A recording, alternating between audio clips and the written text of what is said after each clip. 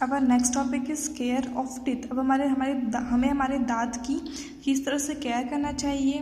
The care of teeth is very important in our daily life. हमारी daily life में दांतों की देखरेख करना बहुत ज़्यादा ज़रूरी होता है। When we eat food small bits of eat get stuck between our teeth. जब हम खाना खाते हैं तो छोटे छोटे टुकड़े जो है खाने के हमारे दांतों में वो फंस जाते हैं। Sometimes these bits of food stay between our teeth if we do not brush our teeth carefully. यदि हम हमारे दांत ठीक से ब्रश ना करें तो कभी कभी खाना जो हमारे दांतों में ही रह जाता है। The bacteria present in our mouth react with the left over food and form acids. अब जो बैक्टीरिया हमारे मुंह में प्रेजेंट रहता है वो जो बचा हुआ खाना हमारे मुंह में उसके साथ रिएक्ट करता है और एसिड बनाना शुरू कर देता है। This acid attacks the enamel of tooth and result in cavities और होल्स इन द टूथ। और ये एसिड क्या करता है हमारे दांतों पे अटैक करता है, मतलब उसके साथ रिएक्ट करता है और हमारे दांतों में होल और कैविटी होना शुरू हो जाती है। This process is called tooth decay. इस प्रोसेस को क्या बोलते हैं? टूथ डिके बोलते हैं। दांतों में कैविटी हो जाती है, सड़न लग जाती है कभी कभी, या फिर दांतों में छेद होने लग जाते हैं तो उसको हम क्या बोलते हैं? कैविटी बोलते हैं। Tooth decay can be avoided by the following veg. कुछ तरीके हैं टूथ कैविटी को अवॉइड करने के लिए, डिके को।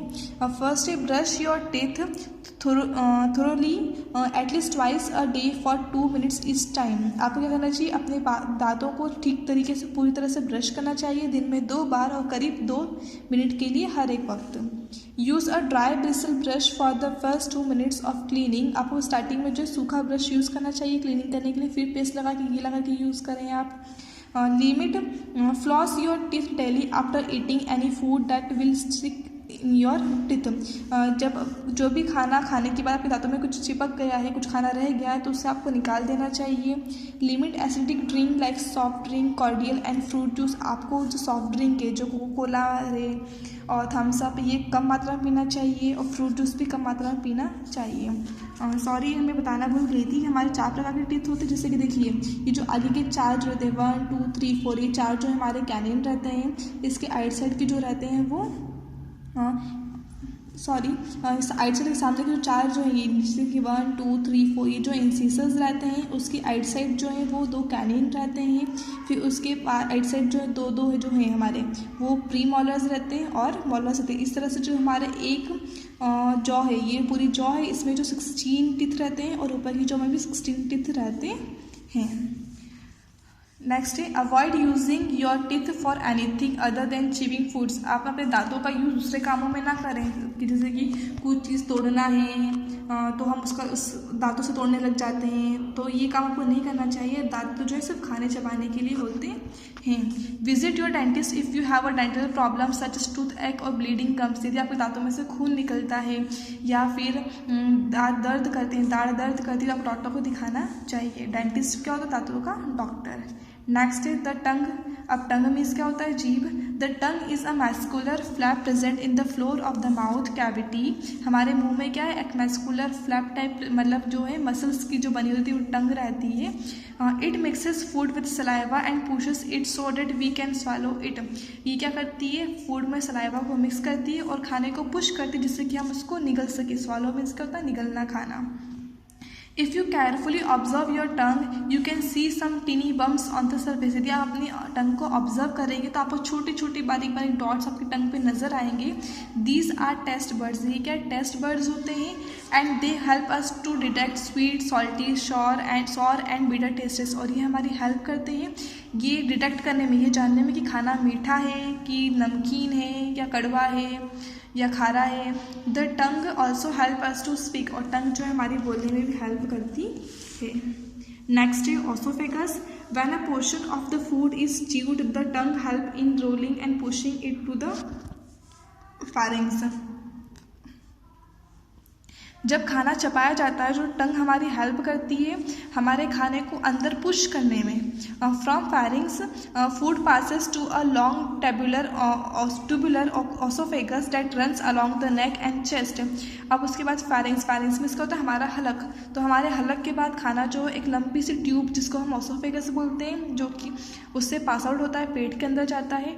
No digestion takes place here. अब हमारे जो ओसोफेगस में कोई डाइजेशन प्रोसेस नहीं होती है, सिर्फ वो एक नली जिससे कि खाना पास आउट हो जाता है। The food is gently squeeze downward into the stomach by the rhythmic contraction of muscular walls of the oesophagus. This types of movement is called peristalsis and occurs throughout the alimentary canal. अभी क्या है, इस oesophagus का काम ये रहता है कि जो हमारा खाना है उसे डाउनवर्ड मतलब नीचे की डायरेक्शन में पेट तक वो पहुंचा देती है। इस प्रोसेस को हम बोलते हैं पेरिस्टल्सिस। नेक्स्ट है हमारा स्टमक। अब स्टमक हमारा पेट। Our stomach is J shaped bag like structure made of muscles. हमारा पेट जो है जे शेप का बना हुआ रहता है और जिसका बैग लाइक स्ट्रक्चर होता है जो कि मसल्स से बना हुआ रहता है। It receives food from the food pipe at one end opens into the small intestine at the other end. अब जो है खाना मतलब इस पेट जो है बस ओसोफेगस के पास खाना जो डायरेक्ट है वो पेट में जाता है और पेट के बाद के जो पेट का जो ओपनिंग पार्ट जो रहता है वो स्मॉल इंटेस्टाइन में रहता है। तो क्या होता है, पेट के बाद खाना जो स्मॉल इंटेस्टाइन में जाता है। The stomach secretes gastric juice and hydrochloric acid. अब हमारा पेट जो है एक जूस गैस्ट्रिक जूस और हाइड्रोक्लोरिक एसिड सिक्रेट करता है जो कि खाने को डाइजेस्ट करने में हेल्प करता है। Hydrochloric acid kills micro organism and provide an acidic medium for effective digestion. और अब हाइड्रोक्लोरिक एसिड क्या है, माइक्रो ऑर्गेनिज्म को मार देता है और खाने को ठीक तरह से डाइजेस्ट करने में हेल्प करता है। The muscles in the small intestine mix food with more digestive juices. अब जो स्मॉल इंटेस्टाइन में जब खाना जाता है तो वो वहाँ की जो मसल्स हैं वो उसे डाइजेस्टिव जूस में मिक्सअप करती हैं। Some juices are secreted by the cells of small intestine itself. अब जो कुछ जूस जो है वो स्मॉल इंटेस्टाइन खुद उनके खुद के सेल्स सिक्रेट करते हैं, बनाते हैं। Others come from the liver which is the largest gland in the body. और दूसरा जो है कुछ जूस जो है वो लीवर से आते हैं जो कि हमारा सबसे बड़ा ग्लैंड होता है जहाँ से जूस आता है। And the pancreas that is located just below the stomach. और कुछ सेल्स मतलब कुछ जूस कहाँ से आता है, पैंक्रियास से आता है जो कि पेट के नीचे रहता है। The liver secretes bile juice which is stored in the gall bladder. अब लीवर जो है बाइल जूस बनाता है और ये जूस कहाँ जाके स्टोर होता है, गॉल ब्लेडर में स्टोर होता है। The bile breaks up fats into tiny droplets that can be digested and absorb more easily. अभी बाइल जूस क्या करता है, खाने को छोटे छोटे ड्रॉपलेट्स में डिवाइड कर देता है जिससे कि खाना काफ़ी आसानी से डाइजेस्ट हो जाए। The digestive juices then act on these tiny droplets to form simple compound known as fatty acid and glycerol। अब digestive juice जो है वो इन पर खाने पर टीनी ड्रॉपलेट्स पर रिएक्ट करता है और उन्हें सिंपल कंपाउंड में कन्वर्ट करता है जिसको हम फैटी एसिड या ग्लिसरॉल बोलते हैं जो खाना पच जाता है। The pancreas secretes the pancreatic juice that changes starch into simple sugars and protein into simple compound called amino acid। और पेनक्रियास क्या काम करता है, जो वो पेनक्रियाटिक जूस सिक्रेट करता है जो कि खाने में जो स्टार्च है उसे सिंपल शुगर में कन्वर्ट करता है। शुगर मतलब कार्बोहाइड्रेट, एनर्जी, और प्रोटीन को वो अमीनो एसिड में कन्वर्ट करता है। तो हमारा खाना पचने का काम जो है वो स्टमक में और स्मॉल इंटेस्टाइन में होता है और वो जूस मिक्सअप हो गया। जूस कहाँ से आता है, पैंक्रियास में से और गॉल ब्लेडर में से और लीवर में से। नेक्स्ट है एब्जॉर्प्शन। अब खाना डाइजेस्ट होने के बाद हम मिनरल्स जो एनर्जी जो इससे एब्जॉर्ब करते हैं।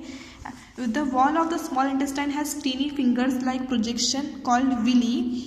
This increases the surface area of the wall for the absorption of digested food. अब जो हमारे खाने की जो आंत होती है वो काफ़ी कॉन्ट्रैक्शन वाली रहती है कि जब खाना उसमें जाता है तो वो फूलने लग जाती है। तो खाना जैसे उसमें जाता है तो फिंगर लाइक जो स्ट्रक्चर रहता है वो क्या करता है, उस खाने को उस इंटेस्टाइन को एक्सपांड कर देता है।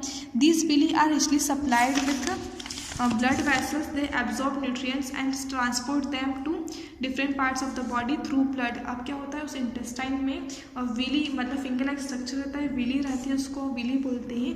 वो क्या करती है, खाने में जो भी न्यूट्रिएंट्स है, जो भी पोषित आहार है और जो भी पोषण है उसे एब्जॉर्ब कर लेती है और ब्लड के जरिए दूसरी जगह बॉडी के दूसरे पार्ट्स में फैला देती है। Water is absorb in large intestine. और हमारा जो खाने में जो भी पानी है वो लार्ज इंटेस्टाइन में एब्जॉर्ब होता है। खाना जो है स्मॉल इंटेस्टाइन के बाद लार्ज इंटेस्टाइन में जाता है। एसिमिलेशन पढ़ेंगे हम। The food absorb into the blood is transported to different parts of the body. अब जो खाना है एब्जॉर्ब किया है वो ब्लड के जरिए जो बॉडी के अलग अलग पार्ट्स में ट्रांसपोर्ट कर दिया जाता है। It is used to provide energy and material for growth and repair of the body tissues. ये जो है क्या करते हैं कि जो हमारी एनर्जी जो है, जो भी हमने एनर्जी उसमें से खाने में से हमें मिलती है वो एनर्जी जो है हमारी बॉडी की ग्रोथ के लिए और हमारे बॉडी टिश्यूज़ को रिपेयर करने में हेल्प करती है। This is the final stage in the process of digestion and is known as assimilation. अब जो है हमें एनर्जी जो मिली है उससे हमारी बॉडी ग्रोथ के लिए यूज़ करना, ये हमारी फाइनल स्टेज होती है डाइजेशन की। इसको हम बोलते हैं assimilation. The oxygen we inhale helps us to break down glucose into water and carbon dioxide। जो ऑक्सीजन हमारी बॉडी में हम लेते हैं वो ग्लूकोज को वाटर और कार्बन डाइऑक्साइड में कन्वर्ट करने में हेल्प करता है। दिस रिलीजेस एनर्जी, और हमारी बॉडी को एनर्जी मिलती है। Therefore, the circulatory, respiratory and digestive system work together to help us to get energy from them। इसलिए हमारी बॉडी का सर्कुलेटरी सिस्टम मीन्स क्या होता है, जिसमें कि ब्लड जो है, सर्कुलेटरी सिस्टम वह सिस्टम रहता है जिसमें क्या होता है, हमारा ब्लड जो पूरी बॉडी में फैलता है। रेस्पिरेटरी और सिस्टम जिसमें हम सांस लेते हैं। डाइजेस्टिव सिस्टम जिससे हम खाना पचाते हैं। तो ये तीनों सिस्टम साथ में काम करते हैं हमारी बॉडी को एनर्जी देने के लिए। The absorbed amino acid are converted into protein and help to repair old and worn out tissues. अब जो भी हमने अमीनो एसिड एब्जॉर्ब किया था वो प्रोटीन में कन्वर्ट हो जाता है और हमारी बॉडी के जो खराब टिश्यूज़ हैं उनको रिपेयर करने में हेल्प करता है। They are also needed for growth. हमारी बॉडी की ग्रोथ के लिए भी हमें एनर्जी, प्रोटीन वगैरह सब चाहिए होते हैं। The fatty acid and glycerol are remade into fat which are either used और stored and act as energy reserves. और जो फैटी एसिड ग्लिसरॉल जो बना है वो फैट में कन्वर्ट हो जाता है और ये हमारी बॉडी में स्टोर हो जाता है। हम एनर्जी के रूप में इसको यूज़ कर लेते हैं।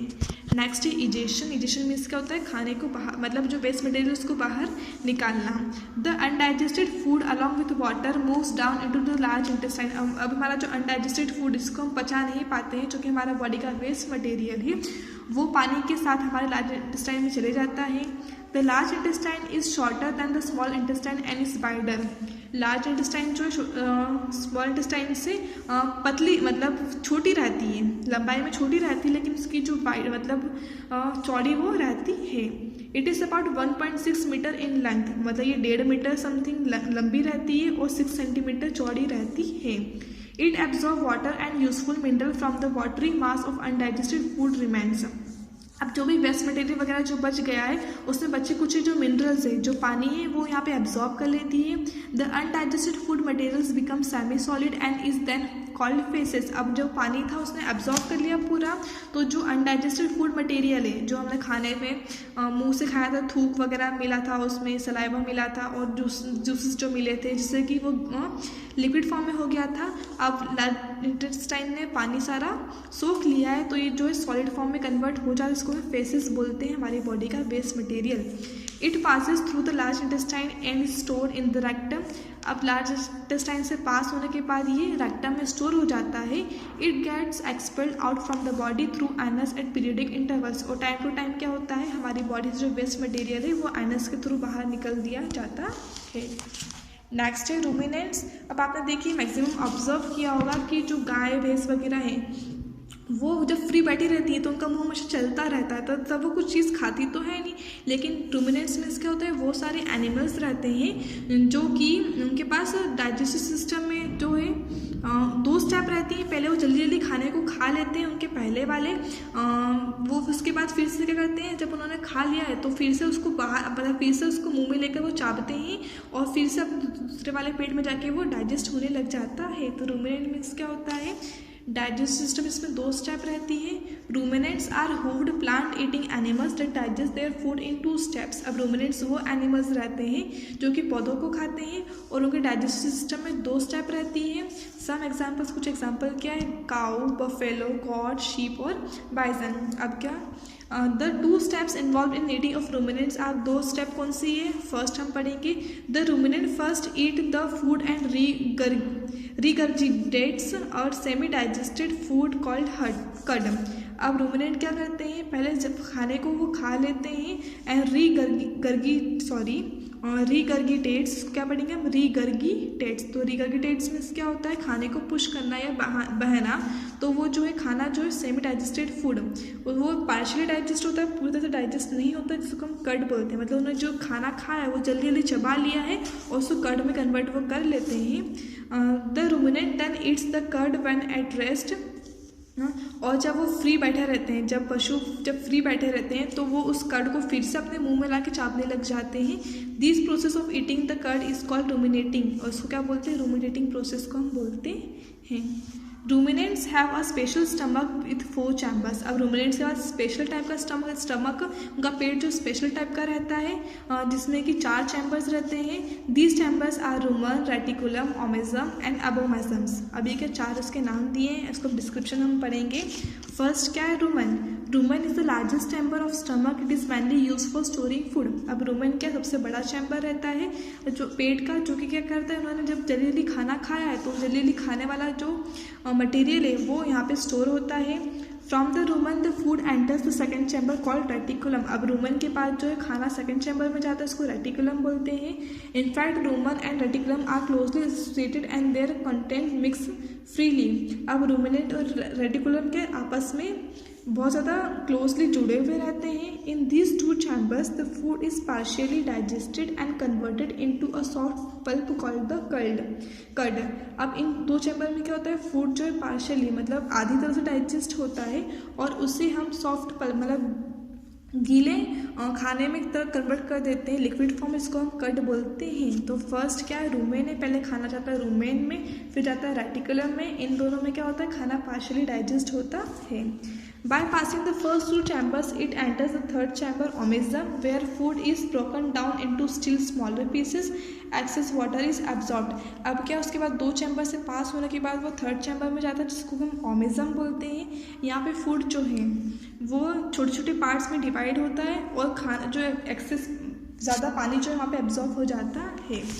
Finally it enters the fourth chamber. Finally fourth chamber में जाता है the abomasums which is true stomach. Abomasums का मतलब ट्रू स्टमक, मतलब खाना जो यहीं पे डाइजेस्ट होता है, इसको इसलिए हम ट्रू स्टमक बोलते हैं।